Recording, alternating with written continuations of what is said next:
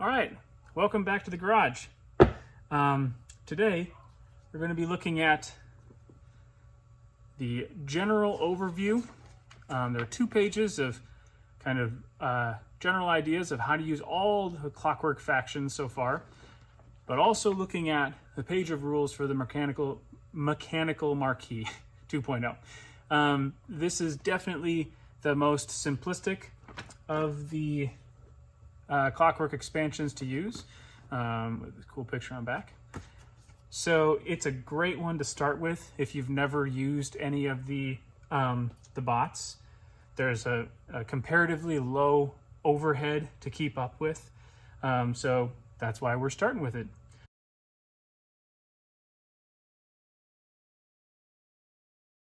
So going through the Law of ROOTbotics, it's divided up in largely the same way that the original rulebook is. Overview, like headings, and then sub classes or subjects. So changes to the law in terms of what the bots do differently, brand new rules, which human players don't need, and then setup. Let's kind of work in reverse order. So setup for the bots. So if you were playing with a bot, these are the steps that you would adjust in the setup process. So the first thing that's different is that you're going to need to get all of your priority markers, which I'm dropping all over the place. You're going to find the map that you are on, and then the fall is over here. And you take time to put all these in place. So I'm going to do that right now. And we're back. A couple things. You might hear a dog outside. It is not mine. I am not ignoring my dog. It is my neighbor's, and sometimes their dog is really adamant about when they want to come back inside. Hopefully it won't be an issue. Second thing, back to the game, you will notice that this is the original map, and I do have these resin clearing markers, and they are slightly modified. I saw someone on Twitter do this, and I thought it looked cool myself. So I put a little coat of black paint just on the logo. Was not necessary. I could clearly see in both the color and, they make it different, like a little fence and a pile of rocks, and the fox one is bricks. So they're very clear. The clearings, but themselves were clear. Because of the coloring and this little guy here. But it is nice when these start piling up with pieces to have something 3D, and the black logo just sort of makes it pop up off the map. So the priority markers, I usually fit them right next to the logo for the clearing marker, because if I were to put them in here, it'd be danger of potentially getting like overrun by pieces. Just, the way that I do it. Next up, choosing factions. So the cool part about the BetterBot project and now the Clockwork factions is that they can either be your sole opponent for a solo game, or they can be added to a game with other humans to up the player count. So if you don't really want to play Root 2 player, you can add one of the factions and make it 3.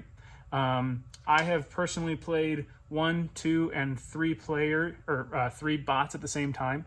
That one definitely chugged a little bit at times, just because requires a lot of bandwidth of concentration. I definitely would not dive into that part of the spectrum right away.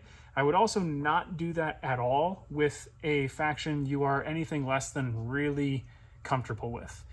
So they say, the torches, it's not required, but those are the matchups that Leader Games thinks are thumbs ups.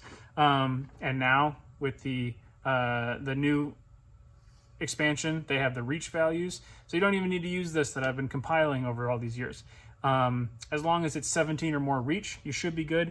You could do, say, Lizard Cult versus Corvid Conspiracy, which is a reach of 5. I just don't know if you're going to have a fun game. And you're just going to replace any players with bots that you want to do. Next up, difficulty. So the board is the normal mode. If you just follow the rules of this that are on this player board, that is considered normal for the Mechanical Marquise. So each of the Clockworks has a little deck of difficulty cards and traits. So if you need to pare it down difficulty-wise or make it more challenging, there is an easy card, a challenging, and a nightmare card. So easy and challenging are unique to each of the factions. So a gameplay change that's going to make it easier for you as the player to face the Mechanical Marquise. Nightmare is the same kind of formula for all the factions. It's whatever rule was in challenging is the exact same, and then there's one more. It says at the end of the evening, score 1 victory point. So these add a gameplay change. This adds a gameplay change and a little bit of a cheat code on just 1 victory point a turn. So if it did nothing else, if the bot completely borked out in 30 turns, it would win the game. But if in 30 turns you can't win the game, then maybe the bot deserved to. The traits are kind of different variations on the theme. So the way I look at this, kind of the difficulty cards, if you were playing against a human player, the difficulty would be how familiar they are with the game and how good they are with that type of game. So we're on like neutral over here. The traits are what type of person they are. If you play Risk with somebody, some of your friends may be really aggressive. Some may turtle up in Australia. Some are going to be really political and try to get other people to do their bidding for them. This sort of gets at that idea. These are unique to each of the factions. So let's see. This will be the trait. Oh, and you can use anywhere from 0 to 4 traits. These essentially add additional difficulty, but a little bit of like gameplay interest as well, not just making it harder. So I got hospitals. At the end of battle as defender, if 2 or more Marquis warriors were removed, you put 2 warriors in a clearing with the keep token. The cool thing about this is sometimes it adds back in flavor that was lost from the player-controlled faction board. As I'll talk about, these guys don't have the hospital rule, but now they do. So, womp womp for me. Okay, so choose difficulty and traits. Changes to the Law of Root. When a bot crafts, they will only craft items, and only when the items are available to craft. It obviously couldn't do this if the hammer wasn't there. They will never craft the gray bordered kind of persistent effect items. So when you draw, and go into more of this when we're actually going through over here, when you draw an order card and it has an item that's available, they will immediately do it. Requires no crafting buildings, but it also only ever gets them 1 point as opposed to whatever is listed on the card. So that's a major change in terms of how crafting works for them. Battling is a pretty simple change. They still take hits to warriors before buildings. However, if they have tokens in the clearing as well as buildings, they will always clear tokens before buildings, as opposed to a human player that could, if the token is more important to them, they could always clear the buildings first. The bots will always go warrior, token, building. And if there are multiple building types in the clearing, like a sawmill, workshop, and a recruiting station in the same clearing, you would randomly choose. Put all 3 of them in your hand, choose one randomly, boom, that's the one that gets killed. The next change are with regard to these dominance cards. So the bots will never use dominance cards. So the change to the Law of Root, as opposed to where it says if you're playing with 2 players, you should remove the dominance cards, it says if you're playing with 1 or 2 players. So if you're the only person and the other players are bots, you do not get to use this because they essentially don't have the wherewithal to know that you're going for this strategy. So it would not be fair to play with these, so you remove them from the deck. New rules, like brand new, because humans don't need these. Clearing priority on the map. Massively important. 1 is the highest. 12 is the lowest. I know, it is flipped. So think of this as first priority, this is 12th, and everything else in between. Next up, target priority. If a bot needs to target a faction, follow whatever rules are part of that action. It may say, battle the player with the most pieces, or the most victory points, or whatever the action may say. If that does not narrow down the selection, if there are two factions that are tied at the end of that statement, then you should go in order of setup priority. Ready? Pop quiz. Setup priority is Marquise, Eerie, Alliance, Vagabond, Other Vagabond, Cult, Otters, Moles, and Corvids. How many did you get right in that order? Target legality. If a bot's action can't be fulfilled, it will attempt to expand the range until it either has taken the action or it's attempted it in every clearing on the map. So what that means, if something is telling you to place a building in a spot that is not available, it is an illegal target, you may widen the range. If it says specifically a fox clearing, you go to some other fox clearing.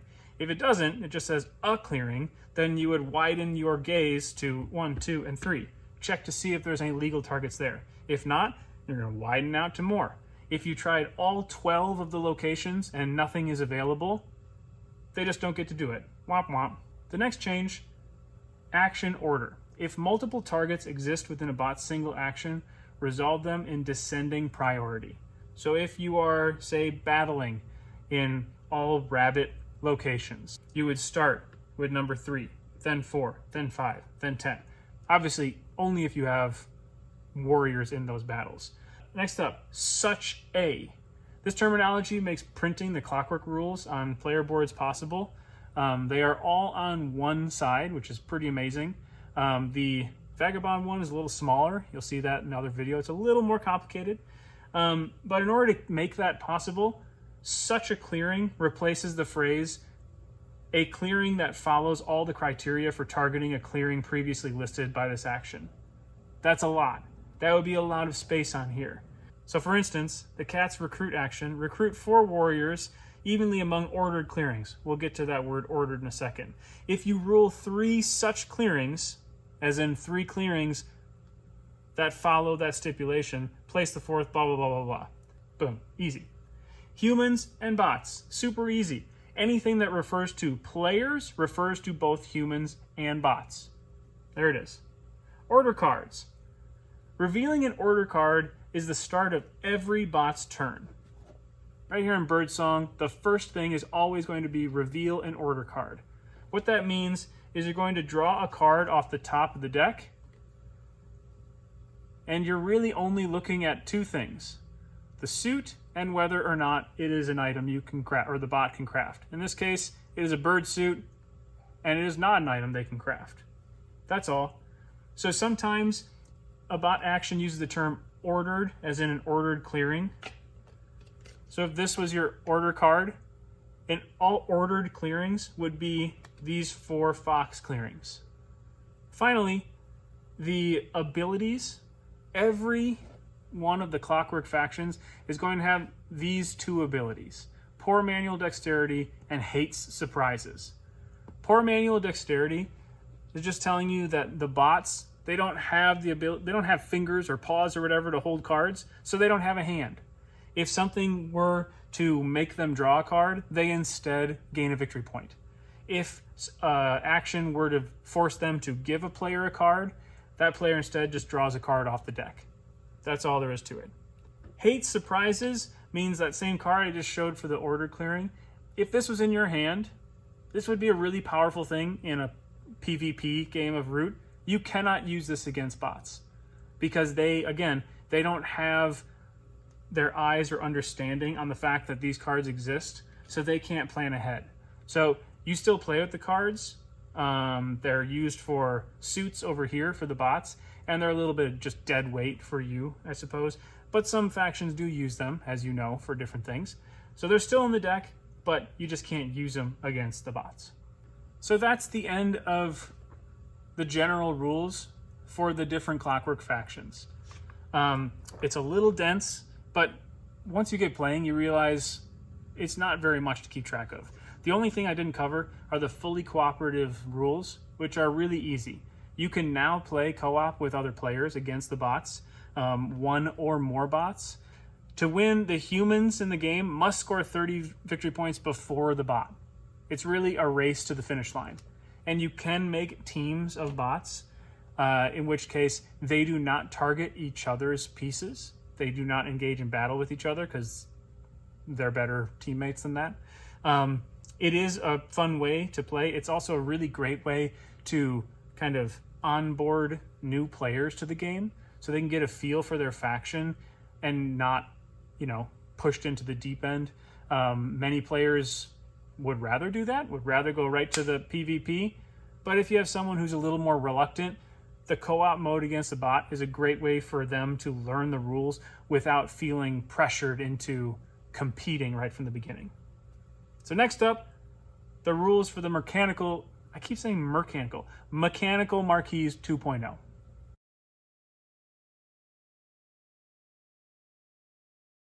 Mechanical Marquise 2.0.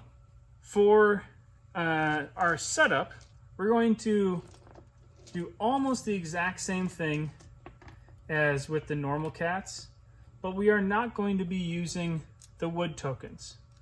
The robots have no need for these. I'm just going to put these back in my handy dandy bag so they're there next time a human player uses it. Obviously, victory points, get them right at 0. They don't need a head start. The keep goes in a random corner. They do not. Some of the rules are changed from the player setups insofar as it's randomized rather than it's an option for a player. So I'm going to use one of the special root dice. 0, 1, 2, 3. 2. Keeps down here in this corner. Next up, place warriors in all spaces except the opposite clearing. So far, so identical to the player setup. The one adjustment to this rule is you're going to place an additional warrior in the clearing with the keep. The rest of your warriors will just become your supply. Next up, your first buildings. Again, instead of choosing where they go among the keep and the 3 locations connected to it, it is a random thing. I suppose it's possible with some of the clearings that you could have multiples there, but I usually just take these 3 and kind of like cast the bones and say, that kind of looks like this. A little constellation. And put them down. It's a bit of a weird one to not place a building over here in the keep, but as you know, the cats like to hold on to the keep. I'm sure they'll fill that with something not too long from now. The rest of your buildings fill up from right to left, and we'll get to those in a second. Now the actual rules beyond the setup. In addition to these 2, hate surprises and poor manual dexterity, the keep is the exact same as the rule for the regular player-controlled Marquis.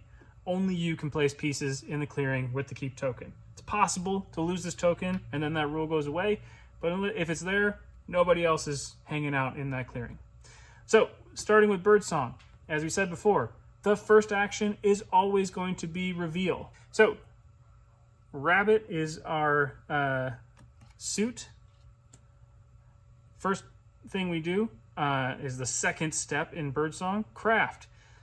We do have a little bag here, and put it over here, and they would score 1 victory point. They're already 1/30th of the way to victory. Look at that. Next up, Daylight. First you check if the order card is a bird card, perform Escalated Daylight instead. Get it? Escalated, like birds up in the sky? Okay, so battle. In each ordered clearing. Obviously, I am not on the board right now, but you would go through each of those clearings. You would check to see if there are any warriors or pieces, and you would go through and battle. Defender, shorthand for who you're attacking. Battle player with the most pieces, then most points. And if there's still a tie between 2 or more factions, you always go highest priority on the setup track. Second step, recruit. 4 warriors evenly placed among the ordered clearings you rule. Currently, that is all of them. Now, if for some reason I didn't control one of them, it says you evenly place them in the 3, and then you place that last one in the highest priority clearing, which would be, in this case, the keep. Building in the clearing you rule with the most Marquis warriors. Place sawmill for fox, the workshops for bunnies, and the recruiting stations for mouse. Now, a little note, the different types mean nothing to the Mechanical Marquise. I keep saying mechanical. The only difference is what track they fill up. The more you have on the board, the more victory points you're going to gain at the end of the turn. We'll get to that step. But this does not help them build. This does not help them make wood, obviously. And this does not help them recruit. That's just for us meat sacks. So it says in the clearing with the most pieces that tie is broken because this one started with 2. So we would put that down. See, they did fill it up with something in short order. Move all but 3 of your warriors from each ordered clearing to the adjacent clearing with the most enemy pieces. Hand wave, we have an extra guy here. 2, 2, and 2. No one's moving there because it says all but 3. But down here at the keep, we have 1 who is free. Currently, there are no enemy pieces here, but as we know, we break ties by going to the highest priority if there is a tie amongst multiple targets. But we're going to put this away. Finally, expand. So as a player-controlled faction, the Marquis can be shut down. If players really focus on breaking your supply chains back, at least I've done it, or rather seen it done to someone at my table, and it's kind of brutal. Sometimes you just never recover from it. The Mechanical Marquise, that shouldn't be a tongue twister. It's 2 words. Expand. If the bot did not place a building this turn and has 5 or fewer buildings on the map, they discard their order card, they draw a new one, and they repeat daylight. So we placed a building, even though we have less than 5 buildings, we placed one, so this would not happen. If for some reason we weren't able to place one, this would go away. They would draw another card. Now notice, even though this has an item, they don't get to craft it because craft is in Birdsong, and they're only instructed to repeat the daylight. So they would go through from top to bottom now for the orange mouse clearings. And yes, in the later game, if they've been completely, or rather almost completely wiped off the map, and they have almost no buildings, and they don't control clearing so they can't put down buildings, this can keep happening, which is why when you corner the Mechanical Marquise, it is a dangerous proposition because they can claw their way back by essentially taking multiple turns in a row. So let's talk about Escalated Daylight. If when you drew your order card for the bot, it was a blue bird suit, you would immediately skip over to Escalated Daylight, which is what it sounds like. It's an extra scary day. So let's see. I didn't place these. So first of all, you battle in each clearing. Just like for us human folk, the bird cards are wild. Same thing for the bots in this case. So every single clearing that they have a warrior and some sort of piece from another faction, they will battle. Recruit. You're still going to recruit a total of 4 pieces, but 2 warriors in each of the 2 clearings you rule with the lowest priority. So in this case, we rule 12, we also rule 11. What's cool about this, from playing against the Mechanical Marquise a number of times, no matter what corner you start in, the priority is 1, 2, 3, and 4. So these are high priority areas. And while regular daylight kind of defers to higher priority thing and sort of turtles up over in the corner, usually the keep, and spreads out, the Escalated Daylight pushes out into these 12, 11, 10, 9, 8, these areas that are more hotly contested usually. So it really does kind of have this ebb and flow of a player who's taking some turns to build up and then in other turns is going in and kind of making their attack. If you only rule 1 clearing, place all 4 warriors there. if that were to happen, say some other people were over here, all 4 of them will go here. And now this is suddenly kind of like a doom stack in 11. Build a building of the type with the most pieces on the map in a clearing you rule with the most Marquis warriors. So currently, ties. A big part of running these clockworks is knowing what to do in the case of a tie. What is your kind of priority steps to go through to break those ties? In this case, it says it right here. On a tie between sawmills and any other building, you always build sawmills. It's kind of like when you're an actual person, you need those sawmills to make those wood tokens. So this would go in the location with the most warriors. In this case, we have 2. And again, last time went down here because we placed it at the high priority, so it's in a protected place. In this case, we're putting it out here at number 11 because these are tied, but again, this is higher priority than this. So this is putting another building out here and potentially in harm's way. It's just a way to kind of break up it from getting too monotonous. So if you have a tie between workshops and recruiters, but not sawmills, so it would look like that because it's between the buildings with the most that you have on the board, you would break that tie with a recruiter. Sawmills break ties with any other building. Recruiters breaks a tie with workshops. So top down, bottom up. I don't know if that mnemonic device is going to help anyone. Probably won't even help me. Finally, and this is kind of the brutal part of Escalated Daylight, move all but 3 warriors from each clearing to the adjacent clearing with the most enemy pieces, then battle in each clearing you moved into. So in this case, none of that would happen because at most we have 3 warriors in a clearing. But in later on in the game, especially if, like it made that doom stack over here because we didn't have any other clearings that we ruled, you would be moving all those excess warriors into another round of battles. So Escalated Daylight can really, if you kind of are doing lots of regular daylights in a row and you're kind of getting a foothold against the Mechanical Marquise, Escalated Daylight can sort of wipe away a lot of progress all at once, obviously based on how you roll the dice, but it gives them the opportunity to claw their way back. Finally, evening. We finished Daylight or Escalated Daylight. Your first stop is scoring victory points. The rightmost empty space on the ordered building track. So if it's the bird ordered card, it's actually the one that's the rightmost of all of them. So in this case, you would score 3 points. If you had a mouse order card, you would also score 3 points. But if you had had a rabbit order card, even though the recruiting station or sawmills are going to get you more points, you only get to give them the 1 point, or they only get 1 victory point as opposed to 2 or 3. That's how victory points work for that. And finally, discard the order card. So again, poor manual dexterity. They're not holding any cards. They are, having one captive over here to refer to for the turn. And when they're done, it goes, oh my goodness. It goes away and all is reset for next time. And that is how the Mechanical Marquise 2.0 works.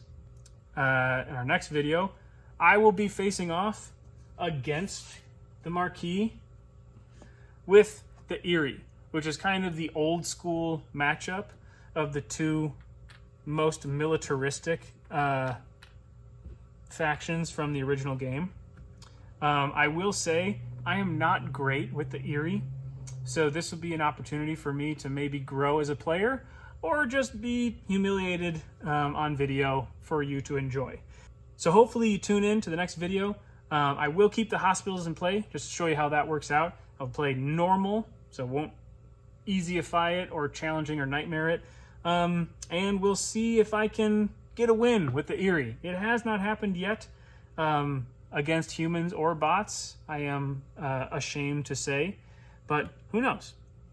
Maybe next time. So thanks for showing up, and we'll see you next time on the Game Garage.